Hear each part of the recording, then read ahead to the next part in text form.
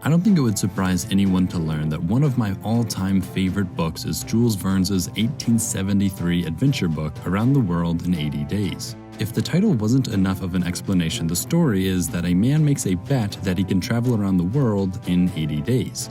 Which might not sound like much, considering now we can just fly around the world in a measure of hours, not days. But in 1873, when this book was published, this was on the very verge of being possible. The first time a journey around the world was made, it was done by Ferdinand Magellan's crew and lasted from September 20th, 1519 until September 6th, 1522, or just under 3 years' time.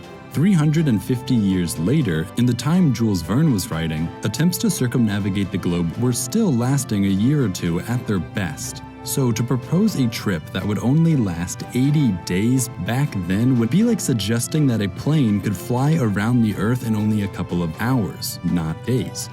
I think the reason I like this book so much was because with modern inventions like cars and planes, travel is no longer about how to get someplace, but rather what to do once you're there. So I wanted to use this video to take a look at the journey Verne laid out in his book and see what it would be like to travel around the world in terms of today's money and today's timetables.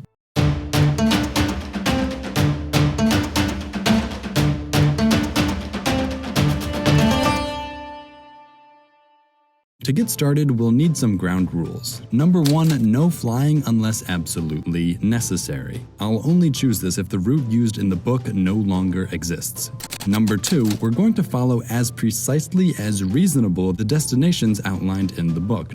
And number 3, I'm only going to be looking at travel between cities and not like how to get from this city's train station to the same city's bus station. That's just too much to bother with.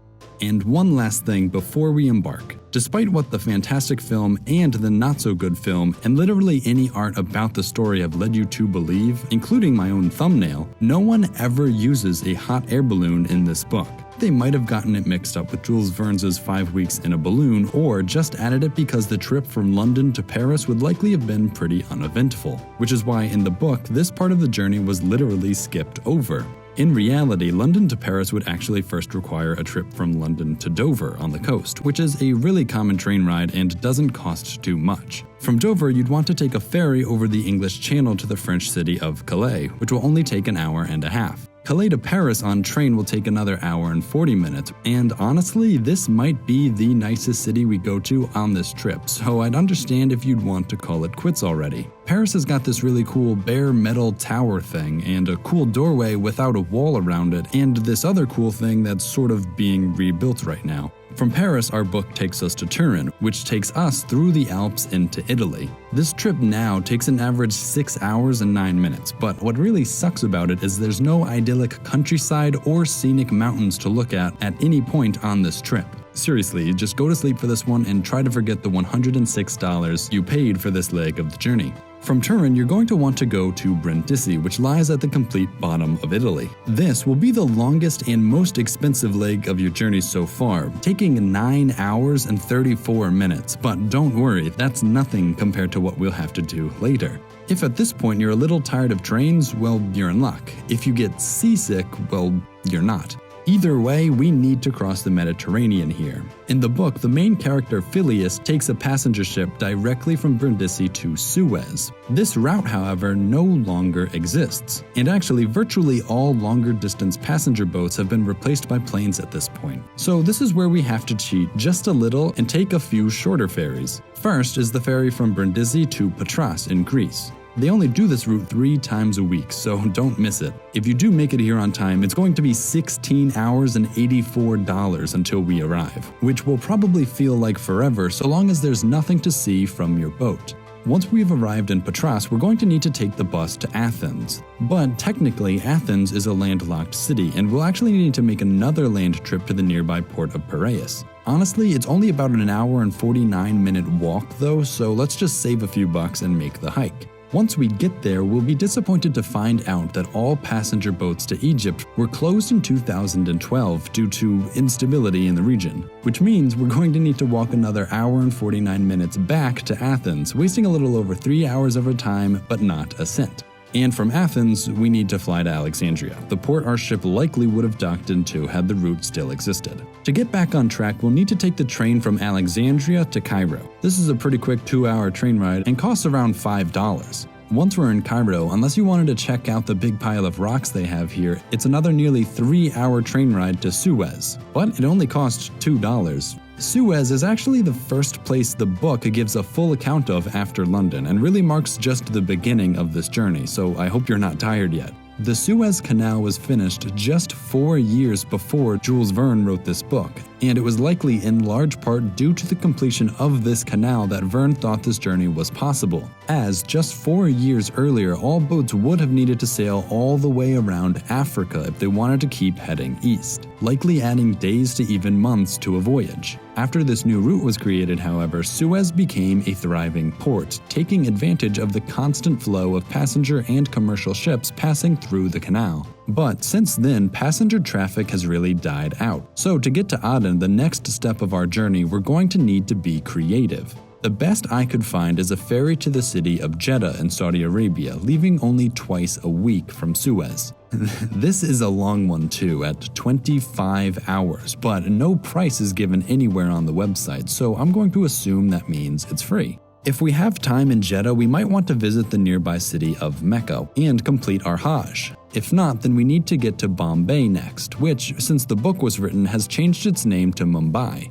The only problem getting there is, well, pirates, meaning passenger ships really don't sail through these waters anymore. So unless you want to try your luck sneaking onto a cargo ship, we'll need to cheat one last time and fly. And just like that, what would have been one of the longest legs of our journey across the Indian Ocean has now only taken 4 hours of our time. Though it does come at a hefty $373, which is still probably better than what a pirate would have charged for safe passage. Once we're in Mumbai, I suggest you look around. It might not look super impressive now, but by the year 2050, Mumbai is set to become the biggest city on Earth, so you'll technically be able to say you were here before it was cool.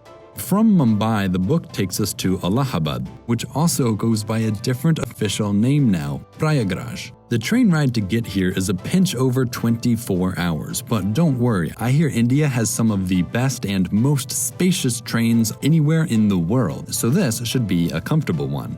But if you'd really like to avoid these trains for some reason, it was at this point in the book that the characters realized the train to Allahabad hadn't actually been finished yet. What is the difficulty?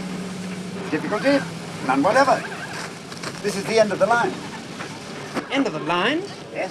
To get themselves the rest of the way there then, of course, they took elephants. But looking into it, an average elephant will cost you anywhere from $11,000 to $30,000, depending on where and how legally you want to purchase your new best friend.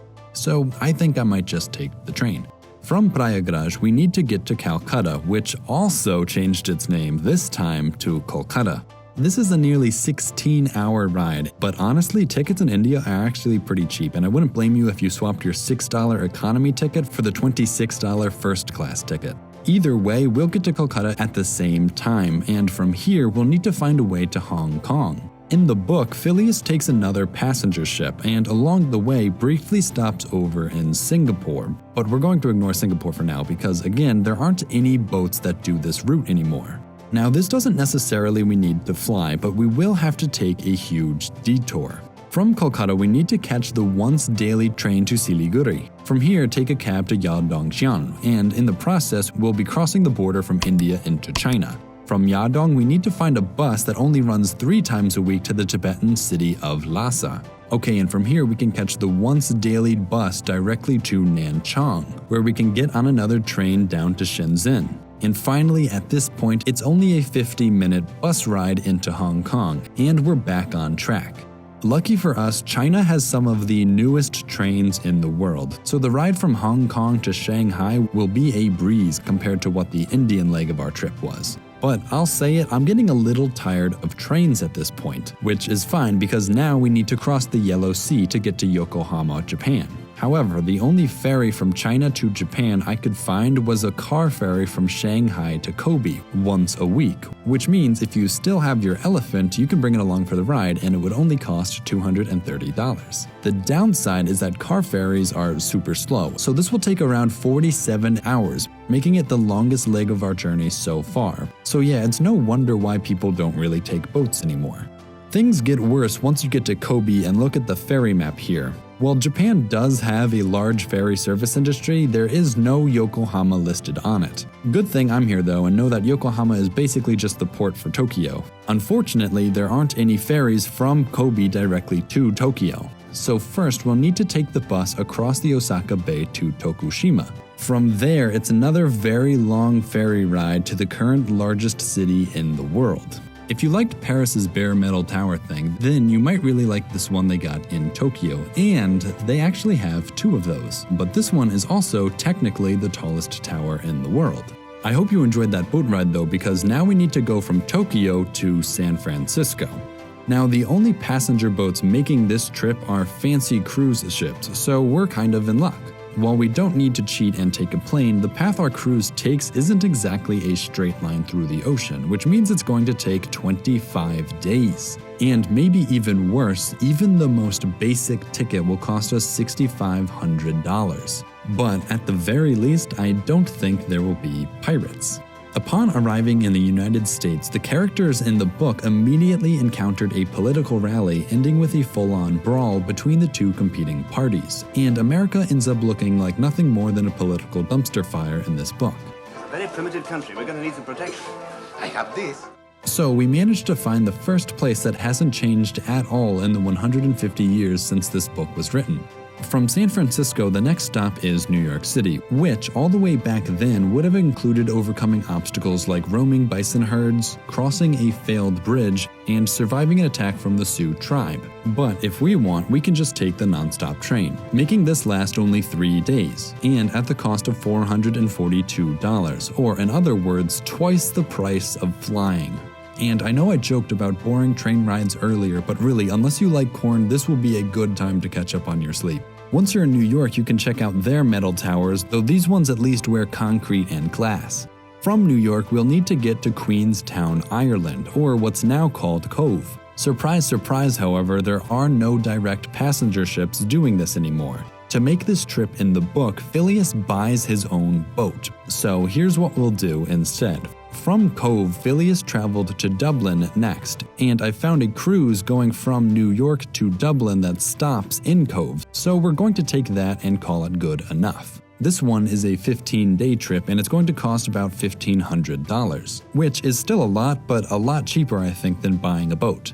Arriving in Dublin, I hope you're not tired of being on the water yet, because we still have one more ferry to cross the Irish Sea, arriving in Holyhead, though this trip will be much shorter and cheaper than the last. From here, we'll need to get back on track by taking the train to Liverpool. And I'm sure Liverpool has a lot of cool stuff, but I'm sure you just want to get to the end of this by now, so we'll have to take one last train ride back to London. This is quick, only 2 hours and 15 minutes and costing a final $112. And just like that, we're all the way back to where we started. In total, you would have spent 54 days, 16 hours, and 37 minutes traveling, and in all likelihood, probably much more.